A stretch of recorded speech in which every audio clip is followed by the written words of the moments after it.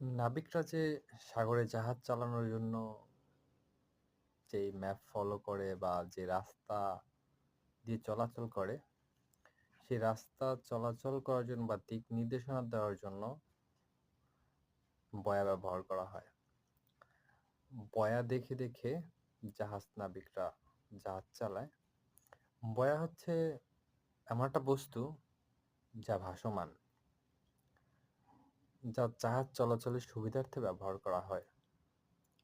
Channel marking করার জন্য, যে রাস্তা মার্কিং করার জন্য আহ, ডান বাম কিংবা চর, ডানে যেতে হবে নাকি বামে যেতে হবে, এই চ্যানেল মার্কিং করার জন্য বা রাস্তা মার্কিং করার জন্য বয়া ব্যবহার করা হয়। এবং এই বয়াগুলো বানানো হয় লোহা এবং জিআরপি দ্বারা।